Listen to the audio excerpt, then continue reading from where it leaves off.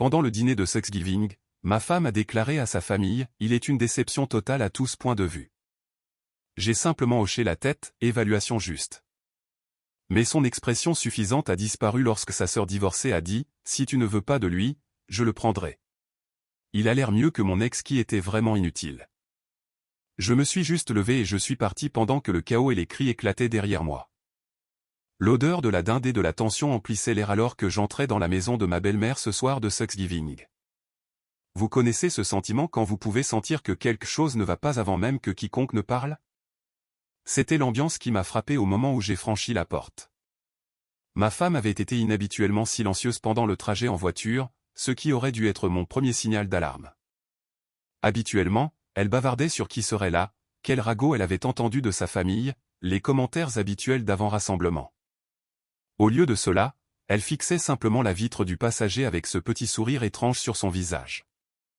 La salle à manger était remplie des suspects habituels. Ses parents, sa sœur divorcée, son frère et sa femme, ainsi qu'une poignée de cousins et leurs enfants qui couraient partout. Tout le monde était déjà assis quand nous sommes arrivés, ce qui signifiait que nous étions le centre de l'attention alors que nous trouvions nos places à la table surpeuplée. La conversation du dîner a commencé de manière assez normale. Les scores de football, les nouvelles du travail, les activités scolaires des enfants. Je commençais en fait à me détendre, pensant que j'avais peut-être mal interprété l'atmosphère plus tôt. C'est à ce moment-là que ma femme a décidé de faire exploser sa petite bombe. Vous savez quoi? Je suis reconnaissante pour cette année, a-t-elle annoncé à haute voix, coupant court à une conversation sur les plans de magasinage du Black Friday. Toute la table s'est tue, tous les yeux se tournant vers son visage plein d'attente. J'avais un mauvais pressentiment sur la direction que cela prenait, mais j'ai juste pris une autre bouchée de farce et j'ai attendu. Je suis reconnaissante d'être enfin honnête à propos de mon mariage, a-t-elle poursuivi, sa voix devenant plus forte et plus dramatique. Je veux dire, pourquoi devrais-je continuer à prétendre que tout est parfait quand ce n'est pas le cas? Sa mère s'est agitée inconfortablement sur son siège. Chérie, ce n'est peut-être pas le moment. Mais ma femme ne faisait que commencer. Elle s'est tournée pour me regarder directement, ses yeux brillant de quelque chose qui ressemblait presque à de l'excitation. Je suis reconnaissante de pouvoir enfin dire ce que tout le monde pense. Que mon mari ici est une déception totale à tous points de vue. Chambre et compte en banque. Le silence qui a suivi était assourdissant. Même les enfants ont cessé de parler. Je pouvais sentir chaque père Dieu à cette table me fixer, attendant ma réaction. Certains semblaient choqués, d'autres embarrassés. Quelques-uns semblaient presque avides de drame. J'ai posé calmement ma fourchette, j'ai essuyé ma bouche avec ma serviette et je les regardais droit dans les yeux. Évaluation juste, ai-je dit avec un léger hochement de tête. La confusion sur son visage était inestimable. Ce n'était clairement pas la réaction à laquelle elle s'attendait. Elle m'avait probablement imaginé me mettant en colère, sur la défensive, peut-être sortant en trombe comme un animal blessé. Au lieu de cela, j'étais simplement d'accord avec elle. Quoi, a-t-elle balbutié? Tu m'as entendu. Évaluation juste. Je me suis légèrement penché en arrière sur ma chaise. Si c'est comme ça que tu vois les choses, alors c'est comme ça que tu vois les choses. Son frère s'est raclé la gorge maladroitement. Peut-être devrions-nous simplement changer de sujet. Mais sa sœur divorcée, celle qui avait vécu une séparation compliquée 2 ans plus tôt, avait d'autres idées. Elle avait observé tout cet échange avec un intérêt croissant, et maintenant elle se penchait en avant avec un sourire malicieux. Eh bien, si tu ne veux pas de lui, dit-elle à ma femme, je le prendrai. Il a l'air bien mieux que mon ex, qui était vraiment inutile. Au moins, ton mari est présent et paie sa part des factures. Le regard de pur choc qui a traversé le visage de ma femme était quelque chose que je n'oublierai jamais. Sa bouche s'est littéralement ouverte. Cela ne faisait définitivement pas partie du scénario qu'elle s'était joué dans sa tête. Excuse-moi, a lancé ma femme à sa sœur. Tu m'as entendu. Tu viens d'annoncer à tout le monde que tu n'apprécies pas ce que tu as. Je dis juste que cela ne me dérangerait pas d'avoir un homme fiable et présent au lieu du bon à rien avec qui j'étais marié. La tension dans la pièce a augmenté d'environ 10 crans. Le visage de ma femme devenait rouge. Ses parents avaient l'air mortifiés et je pouvais voir son frère essayer de faire signe à sa femme de faire quelque chose, n'importe quoi pour désamorcer la situation. Je me suis levé lentement, posant ma serviette sur la table.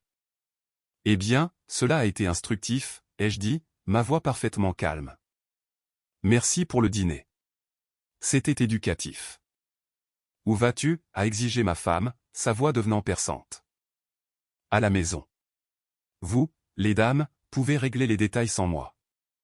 Alors que je me dirigeais vers la porte, je pouvais entendre ma femme commencer à élever la voix contre sa sœur. Quelque chose à propos des limites et du respect. Sa sœur a immédiatement répliqué sur l'honnêteté et le fait de savoir ce que l'on a avant de le perdre. La dispute s'est rapidement intensifiée, d'autres membres de la famille intervenant pour prendre parti. J'ai attrapé ma veste dans le placard de l'entrée pendant que le chaos éclatait derrière moi. Les voix devenaient plus fortes, les accusations fusaient, et j'ai entendu quelque chose qui ressemblait à une chaise repoussée avec force. Je suis sorti vers ma voiture avec le son d'une crise familiale complète résonnant de l'intérieur de la maison. En démarrant le moteur, je pouvais voir des silhouettes bouger frénétiquement à travers la fenêtre avant. La voix de ma femme était la plus forte de toutes, bien que je ne puisse plus distinguer les mots exacts. Le trajet de retour à la maison a été paisible. 20 minutes de route tranquille, pas de drame, pas d'accusation, pas de spectacle, juste moi, la radio jouant du rock classique, et la réalisation que je venais de regarder ma femme faire exploser son propre dîner de famille pour des raisons que je commençais seulement à comprendre. Ce que je ne savais pas, c'est que cela ne concernait pas vraiment ma performance dans quelque aspect que ce soit de notre mariage. Cela semblait calculé, planifié, comme si elle avait préparé ce moment depuis un certain temps. La question était pourquoi, et plus important encore, que prévoyait-elle de faire ensuite? Le trajet de 20 minutes pour rentrer à la maison m'a donné amplement le temps de réfléchir.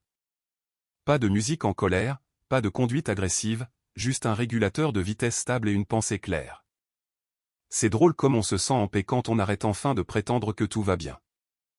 Je me suis garé dans notre allée, m'attendant à une maison vide, pensant qu'elle resterait pour gérer le drame familial qu'elle avait créé. Mais sa voiture était déjà là. Elle a dû partir juste après moi, probablement en accélérant tout le long du chemin. Je l'ai trouvée faisant les 100 pas dans le salon comme un animal en cage, toujours dans sa robe de Thanksgiving, mais avec ses talons jetés au milieu du sol. Au moment où je suis entré, elle s'est retournée pour me faire face. Qu'est-ce que c'était censé vouloir dire, a-t-elle exigé. J'ai accroché ma veste calmement. Qu'est-ce que quoi était censé vouloir dire? Ne joue pas à l'idiot avec moi.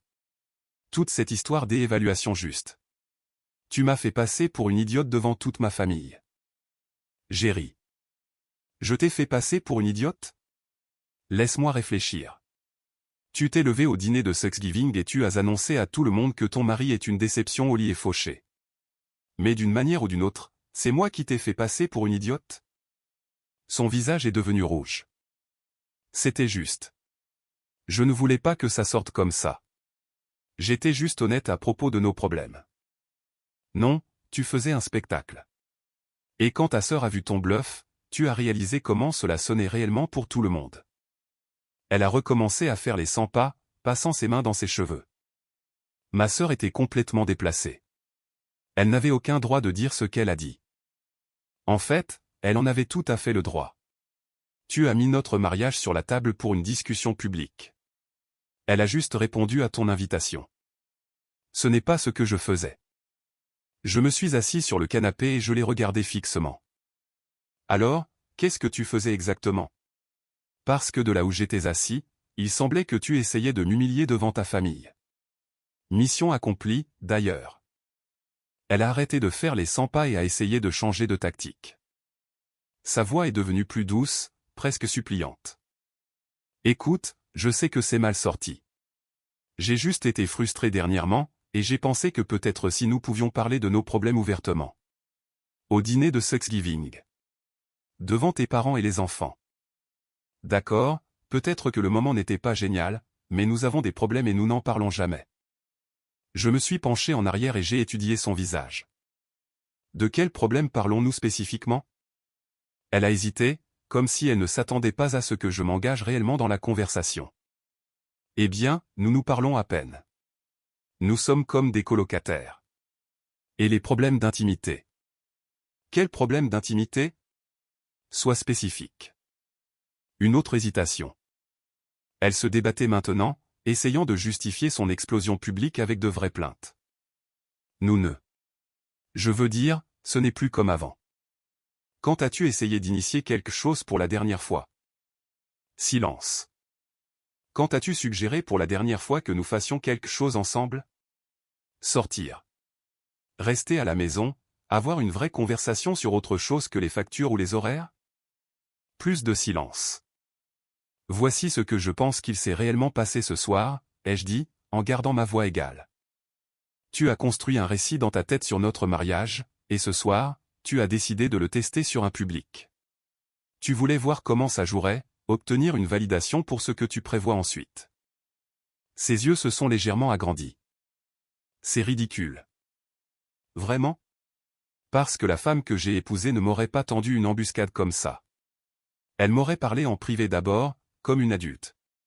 Ce soir, c'était comme une performance. Elle a ensuite essayé les larmes. Je me sens tellement déconnecté de toi. Je ne sais plus comment t'atteindre. Déconnecté? Je travaille. Je paie ma part de tout. Je suis présent quand je suis censé l'être. Qu'est-ce que je ne te donne pas exactement dont tu as besoin? Il ne s'agit pas d'argent ou d'être présent. Il s'agit de connexion émotionnelle. D'accord. Quand m'as-tu demandé pour la dernière fois comment s'était passée ma journée, mon travail, ce à quoi je pensais? Quand as-tu semblé pour la dernière fois véritablement intéressé par une conversation qui ne portait pas sur quelque chose que tu avais besoin que je fasse, que je répare ou que je paie? Elle a ouvert et fermé la bouche comme si elle essayait de trouver une réponse qui n'existait pas. J'observe ce schéma depuis des mois, ai-je continué. Tu me traites comme un partenaire commercial quand ça t'arrange et comme une déception quand tu as besoin de quelqu'un à blâmer pour ce qui manque dans ta vie. Ce soir, tu l'as simplement rendu public. Ce n'est pas juste. Juste? Tu veux parler de ce qui est juste? Ce qui aurait été juste, c'est de me parler de tes préoccupations avant de les annoncer à ta famille. Ce qui aurait été juste, c'est de me traiter avec un respect de base devant des gens qui sont censés se soucier de nous deux.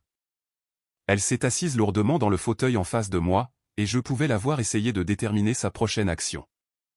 Les larmes ne fonctionnaient pas, les justifications ne fonctionnaient pas, et je ne me mettais pas en colère comme elle s'y attendait probablement. Alors, que se passe-t-il maintenant? A-t-elle demandé doucement. Maintenant, tu dors dans la chambre d'amis pendant que je décide de ce que je veux faire ensuite. Ce que tu veux faire? Qu'est-ce que c'est censé vouloir dire? Je me suis levé et je me suis dirigé vers les escaliers. Cela signifie que j'ai fini de prétendre que cela fonctionne alors que ce n'est clairement pas le cas. Tu l'as rendu assez évident ce soir. Tu ne peux pas prendre des décisions comme ça sans me parler. J'ai fait une pause en bas des escaliers. Comme tu m'as parlé avant de décider d'étaler nos affaires privées au dîner de Thanksgiving. Elle n'avait pas de réponse à cela. La chambre d'amis a des draps propres, ai-je dit. Je te verrai demain matin. En montant les escaliers, je pouvais l'entendre se remettre à pleurer. Mais cette fois, cela sonnait différemment, moins manipulateur, plus comme une panique authentique, comme si elle réalisait enfin que sa petite performance avait des conséquences qu'elle n'avait pas prévues. J'ai fermé la porte de la chambre derrière moi et je me suis senti calme pour la première fois depuis des mois. Parfois, on ne réalise pas à quel point on a dépensé d'énergie à maintenir une façade jusqu'à ce qu'on arrête enfin de prétendre. Le lendemain matin, je me suis réveillé à l'odeur du bacon et du café. Ma femme était déjà debout, préparant ce qui ressemblait à un petit déjeuner complet. Elle avait mis une de ces tenues qu'elle portait quand nous avons commencé à sortir ensemble. Le genre qui disait qu'elle en faisait beaucoup trop. Bonjour, dit-elle avec une gaieté forcée quand je suis descendu. J'ai préparé ton petit déjeuner préféré. Je me suis versé du café et je me suis assis à la table de la cuisine.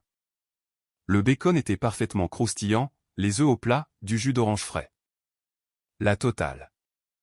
Cela aurait été touchant si ce n'était pas si manifestement calculé. C'est gentil, ai-je dit d'un ton neutre. Elle s'est assise en face de moi avec sa propre assiette, mais j'ai remarqué qu'elle ne mangeait pas vraiment, se contentant de pousser la nourriture en observant mon visage pour y déceler des réactions. Je pensais, commença-t-elle prudemment, que nous pourrions peut-être aller à ce petit bed and breakfast dans les montagnes ce week-end. Tu sais, celui où nous sommes allés pour notre 2e anniversaire. Pourquoi? La question l'a prise au dépourvu. Pourquoi? Parce que nous devons nous reconnecter. Travailler sur nous. Hier soir, tu as dit à toute ta famille que j'étais une déception à tous points de vue. Aujourd'hui, tu veux partir en week-end romantique. Aide-moi à comprendre la logique ici. Son visage se crispa. J'ai déjà expliqué que c'était mal sorti hier soir. J'étais juste frustré et ça n'a pas sonné comme je le voulais. Comment voulais-tu que ça sonne? Une autre pause. Elle avait vraiment du mal avec ça. Je voulais dire que nous avons certains domaines que nous pourrions améliorer en tant que couple. J'ai pris une gorgée de café. Et tu as pensé que le dîner de Thanksgiving était le bon endroit pour un retour d'information de couple? D'accord, je me suis trompé sur le moment, mais mes sentiments sur notre relation sont toujours valables. Quels sentiments spécifiquement? Elle a posé sa fourchette avec un peu plus de force que nécessaire. Pourquoi es-tu si difficile à ce sujet? J'essaie d'arranger les choses. Je ne suis pas difficile. Je te demande d'expliquer ce que tu veux réellement arranger puisqu'hier, tu semblais assez clair sur le fait que le problème, c'était moi. L'idée d'escapade de week-end est morte assez rapidement après cela.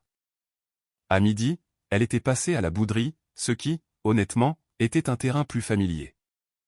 Elle a passé l'après-midi à faire la lessive avec une efficacité agressive, claquant le couvercle de la machine à laver et pliant les vêtements comme s'il l'avait personnellement offensé. Vers l'heure du dîner, elle a essayé une approche différente. Je lisais dans le salon quand elle est entrée, portant une robe noire que je n'avais pas vue depuis des mois. Je pensais que nous pourrions commander à ce restaurant italien que tu aimes, dit-elle en s'asseyant à côté de moi sur le canapé. Assez près pour que je puisse sentir son parfum. J'ai déjà mangé. Quoi? Quand? J'ai fait un sandwich vers 17 heures. Elle avait l'air confuse, comme si l'idée que je puisse manger sans la consulter était étrangère. Eh bien, je n'ai pas encore mangé. Commande ce que tu veux. Elle s'est rapprochée. Ou nous pourrions cuisiner ensemble comme avant. J'ai levé les yeux de mon livre. Quand est-ce que nous cuisinions ensemble? Attends, tu te souviens quand nous avons fait ce plat de pâtes pour ton anniversaire l'année dernière? Tu veux dire quand tu m'as demandé de t'aider à préparer le dîner parce que ta sœur venait et que tu voulais l'impressionner avec tes talents de cuisinière? Son visage s'est affaissé. Tu te souviens de tout de manière si négative. Je me souviens des choses comme elles se sont passées. Elle a ensuite essayé le contact physique, posant sa main sur mon bras. Nous me manquons, la façon dont nous étions avant. Quand était-ce exactement? Parce que j'essaie de me souvenir de la dernière fois où tu as semblé heureuse de me voir quand je rentrais du travail, ou que tu as demandé comment s'était passée ma journée parce que tu voulais vraiment le savoir. Pas parce que tu te préparais à me demander de faire quelque chose. Elle a retiré sa main. Je me soucie de ta journée. Hier, c'était mardi. Que s'est-il passé à mon travail mardi? Silence. Lundi? Plus de silence. Sur quel projet je travaille en ce moment? Elle a baissé les yeux sur ses mains. Tu ne me parles pas des choses du travail. Parce qu'à chaque fois que je commence, tu changes de sujet ou tu commences à parler d'autre chose. Tu m'as appris à ne pas m'embêter. Le dimanche, les tentatives de séduction et de réconciliation s'étaient transformées en toute autre chose. Elle était de nouveau en colère, mais cette fois, il y avait un côté désespéré. C'est ridicule, a-t-elle annoncé pendant que je préparais le café le dimanche matin. Tu es complètement déraisonnable. En quoi? Tu me tiens rigueur d'un mauvais moment pour toujours. Tout le monde dit des choses qu'il ne pense pas quand il est en colère. De quoi étais-tu en colère exactement? Parce que tu semblais plutôt satisfaite de toi quand tu l'as dit. Je n'étais pas satisfaite. J'étais. J'essayais d'attirer ton attention. En m'humiliant devant ta famille. Je n'essayais pas de t'humilier. J'essayais de te faire réagir, de montrer une émotion, de prouver que tu te soucies réellement de notre mariage. Je me suis retourné pour lui faire face. Donc, ton plan était de m'attaquer publiquement jusqu'à ce que je sois assez contrarié pour prouver que je t'aimais? Quand elle l'a dit à voix haute comme ça, même elle pouvait entendre à quel point ça sonnait faux. Tu déformes mes mots. Je répète tes mots. D'accord. Peut-être que ce n'était pas la meilleure approche. Mais tu as été si distant dernièrement. Si détaché. Je me sentais invisible. Invisible? Comment? Je suis là tous les soirs. Je paie ma moitié de tout. Je suis présent aux événements familiaux. Même ceux où ta mère passe tout son temps à faire des commentaires passifs-agressifs sur mes choix de carrière. Être physiquement présent n'est pas la même chose qu'être émotionnellement présent. Et être émotionnellement présent signifie quoi exactement? Parce que si cela signifie être d'accord avec tout ce que tu dis et ne jamais avoir mes propres opinions sur quoi que ce soit, alors tu as raison. Je n'ai pas fait ça. Elle s'est remise à pleurer, mais cette fois, c'était différent, moins calculé, plus frustré. Je ne sais plus comment t'atteindre, dit-elle à travers ses larmes. Tu pourrais essayer de me parler comme si j'étais une personne au lieu d'un problème à résoudre. Je te parle. Tu me parles sur un ton autoritaire.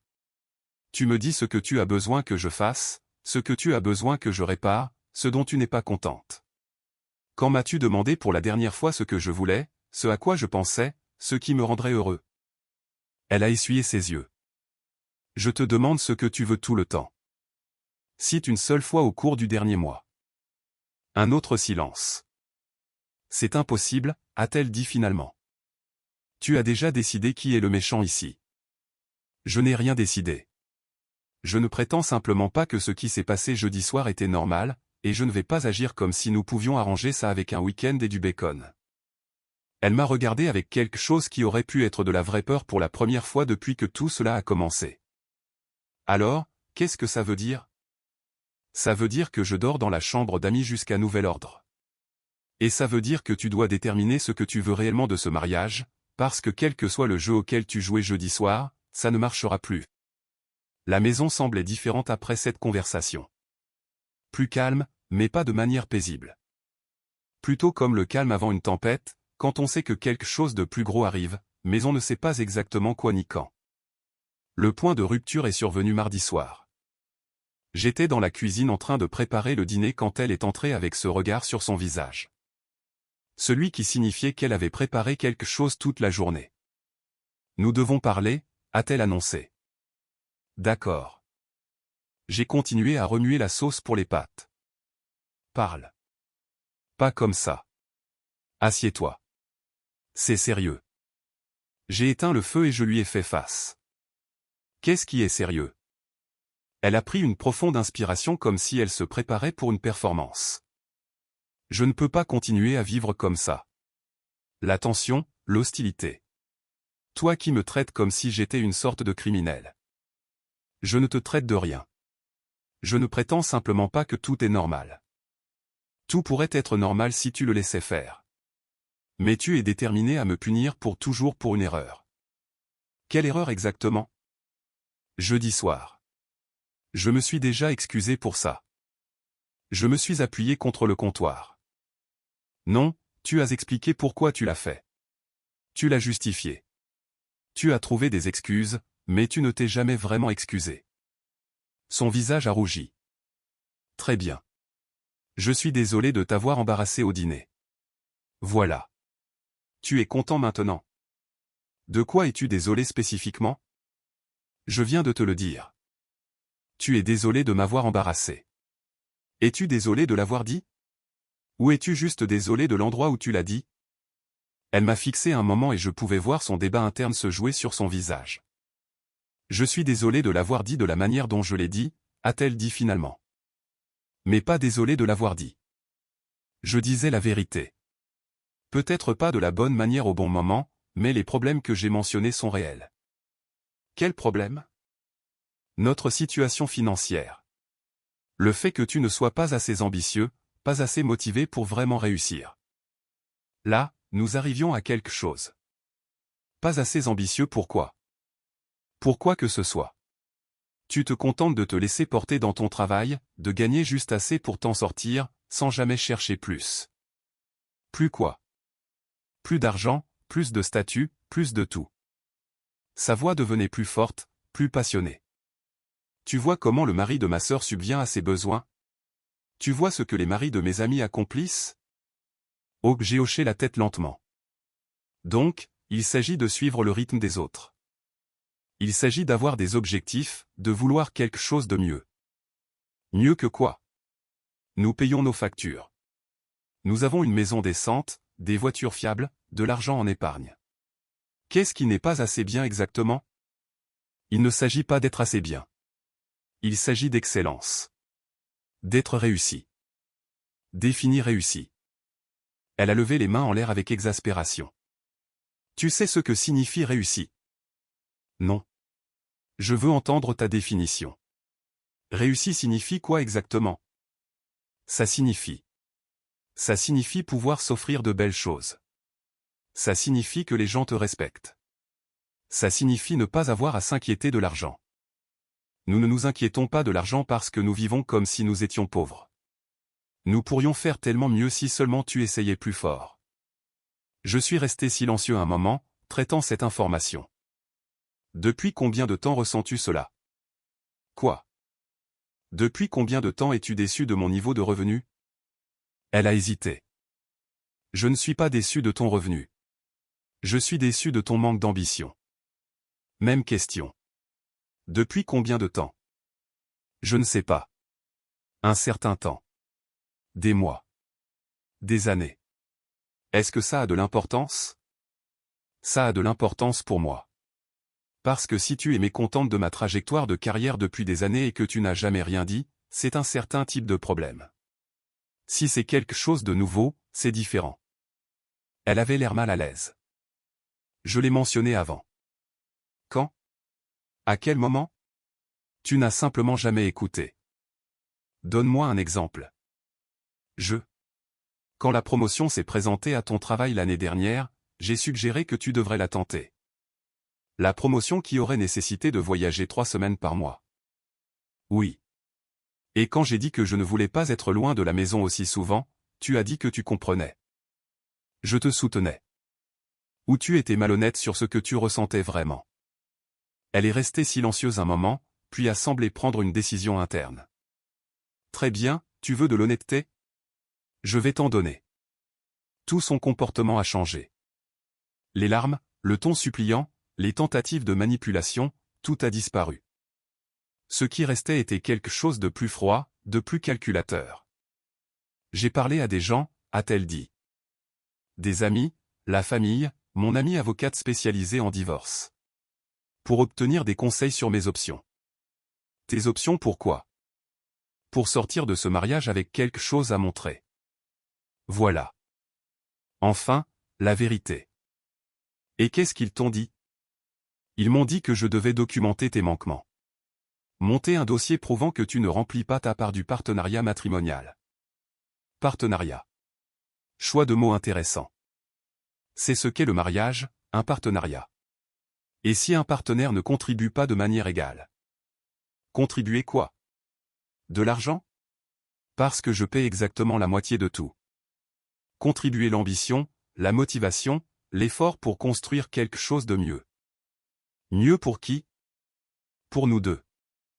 Non, ai-je dit doucement. Mieux pour toi. Tu veux un style de vie différent et tu veux que je le finance?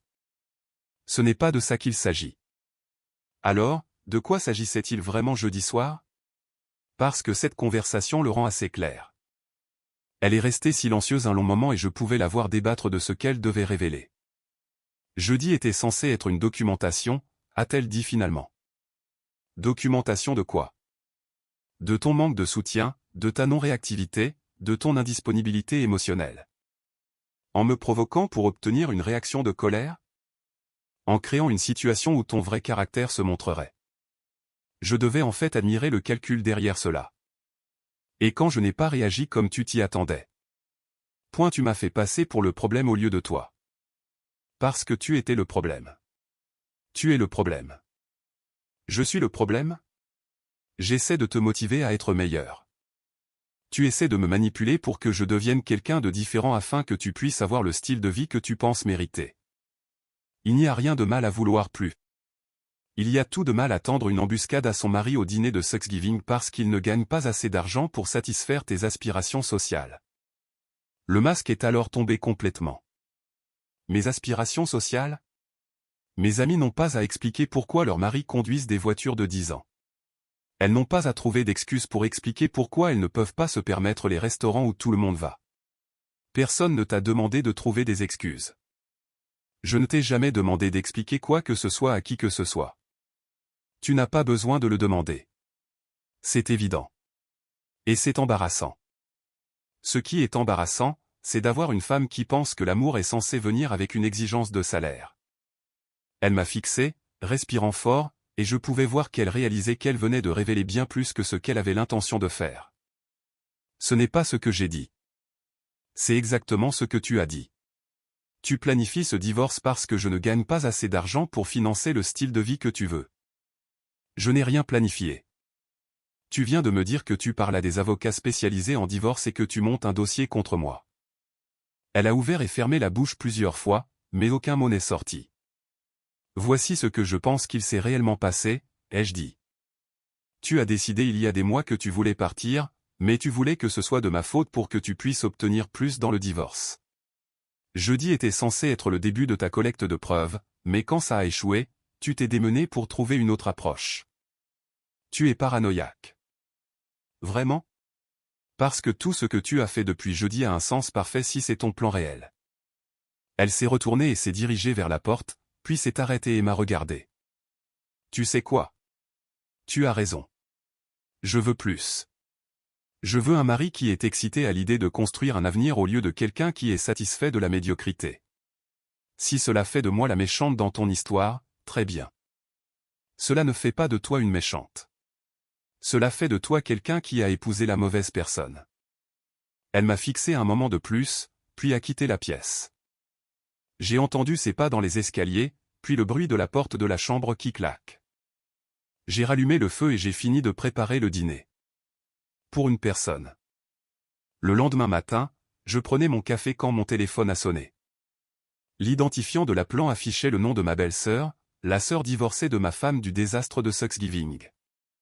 Salut, ai-je répondu, curieux de savoir pourquoi elle m'appelait directement. J'espère que ça ne te dérange pas que j'appelle. J'ai eu ton numéro dans la liste de contacts de maman. Bien sûr. Qu'y a-t-il? Je voulais m'excuser pour jeudi soir. Tout ça a complètement dégénéré. Tu n'as pas besoin de t'excuser. Ce n'est pas toi qui as commencé. Non, mais j'ai définitivement empiré les choses avec mon commentaire sur le fait de te prendre si elle ne voulait pas de toi. J'étais juste tellement choqué par ce qu'elle a dit que j'ai réagi sans réfléchir. Honnêtement, ta réaction a probablement été la chose la plus honnête dite à cette table de toute la soirée. Il y a eu une pause. Puis-je te demander quelque chose? Vas-y. Est-ce qu'elle te prépare à ça? Le divorce, je veux dire. Cela a attiré mon attention. Qu'est-ce qui te fait penser qu'il va y avoir un divorce? Parce qu'elle en parle depuis des mois. À maman, à moi, à pratiquement tout le monde dans la famille. Je pensais que tu savais. J'ai posé ma tasse de café. Elle parle de divorce depuis des mois. Elle monte un dossier, en gros. Racontant à tout le monde à quel point tu es peu solidaire, que tu ne gagnes pas assez d'argent, que tu l'empêches d'atteindre son potentiel. Et qu'est-ce que tout le monde a dit à ce sujet? La plupart des gens ont simplement écouté et essayé d'être solidaires. Mais honnêtement, beaucoup d'entre nous étaient confus parce que de l'extérieur, vous sembliez bien. Tu viens à tout. Tu es poli avec tout le monde. Tu as l'air d'un type bien. Mais elle peignait un tableau différent. Complètement différent. Selon sa version, tu es ce type paresseux et sans ambition qui refuse de s'améliorer et qui la tire vers le bas avec toi. J'étais silencieux, traitant cette information. Le truc, c'est, a-t-elle continué, que j'ai divorcé il y a 2 ans, tu te souviens? Donc, je sais à quoi ça ressemble quand quelqu'un construit un récit pour justifier son départ. Et c'est exactement ce qu'elle fait. Est-ce qu'elle t'a demandé de soutenir son histoire? Pas directement. Mais elle n'arrêtait pas d'évoquer ma situation, de te comparer à mon ex. Sauf que les comparaisons n'avaient jamais de sens, parce que mon ex était vraiment un bon à rien. Il ne travaillait pas, ne contribuait pas, disparaissait pendant des jours. Tu n'es en rien comme ça. Mais elle essayait de créer des similitudes. Exactement. Et jeudi soir, c'était comme son grand final, tu sais? Comme si elle s'attendait à ce que tu pètes les plombs, ce qui aurait prouvé tous ses points. Au lieu de ça, j'ai juste été d'accord avec elle. Elle a ri. C'était brillant, au fait. Le regard sur son visage quand tu as dit l'évaluation juste était inestimable. Elle ne savait absolument pas quoi faire de cette réponse. Où est-elle maintenant? Toujours chez tes parents. Elle est partie vendredi matin, mais pas avant d'avoir eu une crise de nerfs complète sur la façon dont j'avais tout ruiné et comment la famille prenait ton parti contre elle. Prends-tu mon parti? Je prends le parti de l'honnêteté. Et honnêtement, si elle est si malheureuse dans son mariage, elle devrait simplement partir au lieu d'essayer de faire de toi le méchant. Après que nous ayons raccroché, je suis resté assis là, pensant à tout ce qu'elle m'avait dit. Ma femme avait planifié cela depuis des mois, montant un dossier contre moi avec sa famille, organisant le dîner de jeudi soir comme une sorte de preuve de mon inadéquation. Mais elle avait très mal calculé. Au lieu d'obtenir la réaction de colère et de défense dont elle avait besoin pour son récit, elle avait obtenu un accord calme. Au lieu d'un soutien familial pour son histoire de victime, elle s'était fait reprendre par sa propre sœur. Je pensais encore à cela quand ma femme est descendue. Elle avait l'air de ne pas avoir beaucoup dormi. Nous devons parler, a-t-elle dit. D'accord. J'ai réfléchi à ce que tu as dit hier soir sur le fait que j'ai épousé la mauvaise personne. Et peut-être que tu as raison. Peut-être que nous voulons juste des choses différentes dans la vie. J'ai hoché la tête. Peut-être que oui. Alors, qu'est-ce qu'on fait à ce sujet? Je suppose que ça dépend de ce que tu veux faire à ce sujet. Elle s'est assise en face de moi à la table de la cuisine. Je pense que nous devrions envisager une séparation d'essai. Une séparation d'essai ou une séparation réelle? Quelle est la différence? Une séparation d'essai suggère que nous essayons d'arranger les choses. Une séparation réelle suggère que nous n'essayons pas. Elle est restée silencieuse un moment. Je ne sais pas si nous pouvons arranger ça. Parce que je ne gagne pas assez d'argent? Parce que nous avons des valeurs fondamentalement différentes sur le succès et l'ambition. Et par succès et ambition, tu veux dire argent. Je veux dire vouloir construire quelque chose, vouloir grandir, vouloir plus que simplement s'en sortir. Et tu penses que je ne veux pas de ces choses? Le veux-tu? Je me suis penché en arrière sur ma chaise. Je veux être heureux. Je veux être avec quelqu'un qui valorise ce que je contribue au lieu de se concentrer sur ce que je ne contribue pas. Je veux ne pas avoir à justifier mes choix de carrière à la famille de ma femme lors des dîners de fête. Ce n'est pas ce que je faisais. C'est exactement ce que tu faisais. Et selon ta sœur, tu le fais depuis des mois. Son visage est devenu blanc. Tu as parlé à ma sœur? Elle m'a appelé ce matin. Elle voulait s'excuser pour jeudi soir. Qu'est-ce qu'elle t'a dit? Tout. Sur les mois de conversation où tu as monté ton dossier contre moi. Sur la façon dont tu as dit à tout le monde que je suis paresseux et sans ambition. Sur le fait que jeudi était censé être ta preuve. Elle m'a regardé, choquée. Elle n'avait aucun droit de te dire ça. Elle en avait tout à fait le droit, surtout que tu as utilisé son divorce comme point de comparaison pour le nôtre. Je n'utilisais pas son divorce comme. Vraiment? Parce qu'elle s'en souvient différemment. Elle se souvient que tu me comparais assez souvent à son ex-mari bon à rien. Le visage de ma femme s'est effondré. J'étais juste. J'essayais d'avoir une perspective sur ma situation. Ta situation? Pas notre situation? Ta situation? Oui, ma situation. C'est moi qui suis malheureuse. Alors pars. Les mots sont restés suspendus dans l'air entre nous. Quoi? Si tu es si malheureuse, si je suis une telle déception, si tu planifies ça depuis des mois de toute façon, alors pars. Arrête d'essayer de faire en sorte que ce soit de ma faute et va-t'en. Je ne peux pas simplement partir. Il y a des considérations légales, des implications financières. Ah, voilà. Voilà la vraie raison pour laquelle tu montes un dossier au lieu de simplement demander le divorce. Tu veux que je sois le méchant pour que tu puisses obtenir un meilleur accord. Ce n'est pas. Je veux dire, je dois penser à mon avenir. Ton avenir? Pas notre avenir. Elle pleurait maintenant, mais ce n'étaient pas les pleurs manipulateurs d'avant. Cela ressemblait plus à une panique authentique. Je ne sais pas quoi faire, dit-elle à travers ses larmes. Je pensais que si je pouvais juste te faire voir tout le potentiel que tu gaspilles.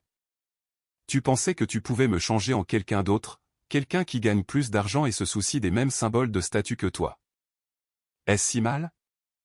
C'est mal d'épouser quelqu'un en pensant qu'on peut le réparer. C'est mal de planifier un divorce tout en prétendant travailler sur un mariage. Et c'est définitivement mal de tendre une embuscade à son mari au dîner de Thanksgiving parce que ta manipulation ne fonctionne pas assez vite. Elle a essuyé ses yeux. Alors, que se passe-t-il maintenant? Maintenant, tu décides de ce que tu veux vraiment. Si tu veux essayer de travailler sur ce mariage, le vrai mariage avec le vrai moi, pas une version fantasmée que tu as essayé de créer, alors nous pouvons en parler. Si tu veux partir, alors nous gérons ça comme des adultes. Et si je choisis de partir?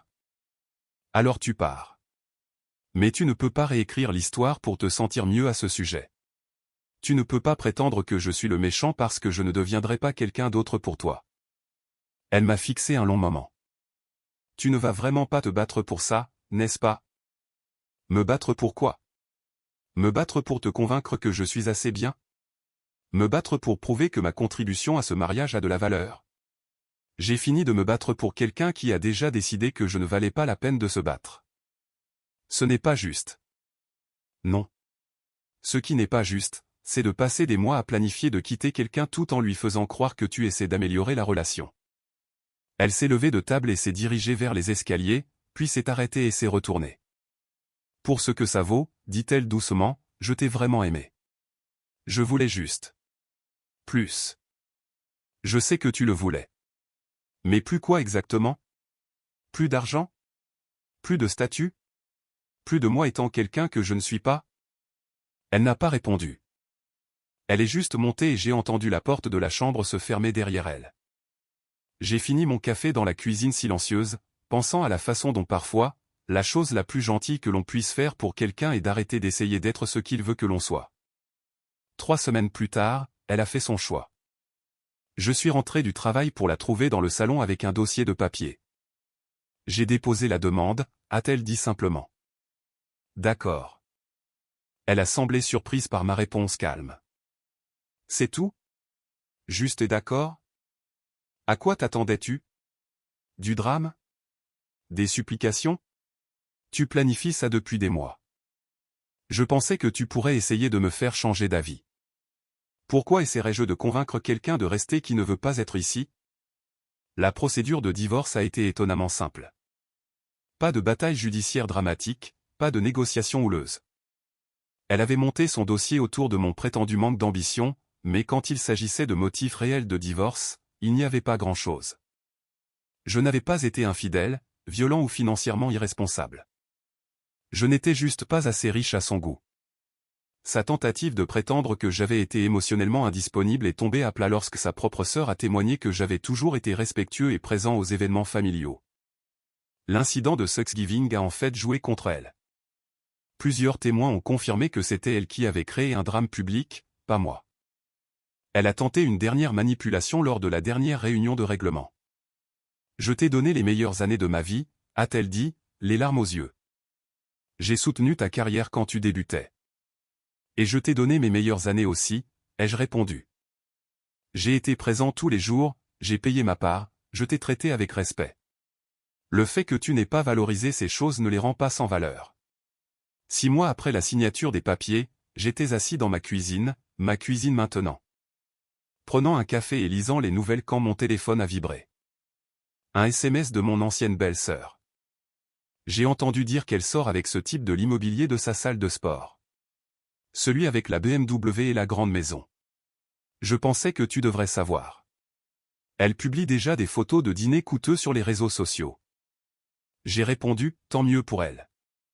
J'espère qu'elle est heureuse. Et toi, es-tu heureux? J'ai regardé autour de ma maison silencieuse. La vaisselle propre dans l'évier parce que je m'étais préparé un vrai dîner la veille. Un livre que je voulais vraiment lire sur le comptoir. Pas de tension dans l'air. Pas d'attente de la prochaine critique ou manipulation. Oui, ai-je répondu. Je le suis vraiment. La vérité, c'est que je me sentais plus léger que je ne l'avais été depuis des années. J'avais dépensé tellement d'énergie à essayer de me conformer à des normes avec lesquelles je n'étais même pas d'accord, à essayer d'être assez pour quelqu'un qui avait déjà décidé que je ne l'étais pas. J'avais toujours le même travail, le même salaire, la même voiture. Mais maintenant, ces choses me semblaient être des choix plutôt que des échecs. Je n'étais pas riche, mais j'étais content.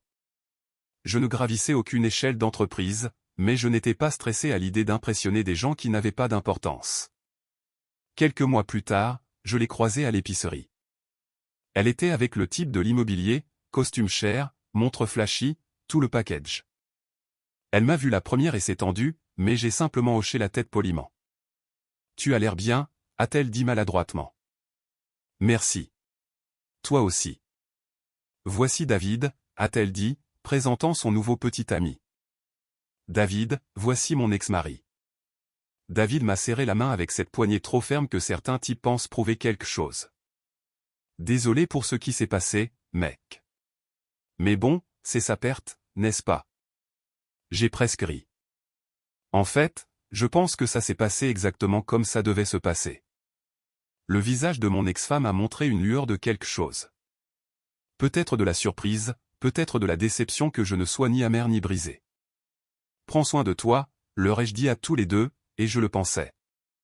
En allant à ma voiture, j'ai réalisé que je me sentais sincèrement reconnaissant de la façon dont tout s'était déroulé. Elle m'avait rendu un service à ce dîner de Thanksgiving, même si elle n'en avait pas l'intention. Elle m'avait montré exactement qui elle était et ce qu'elle valorisait, et m'avait libéré de l'obligation d'essayer d'être quelqu'un que je n'étais pas. Parfois, la meilleure chose qui puisse vous arriver est que quelqu'un décide que vous n'êtes pas assez bien pour lui, parce que cela signifie que vous découvrez que vous êtes exactement assez bien pour vous-même, et cela vaut plus que n'importe quel BMW ou dîner coûteux ne pourrait jamais l'être.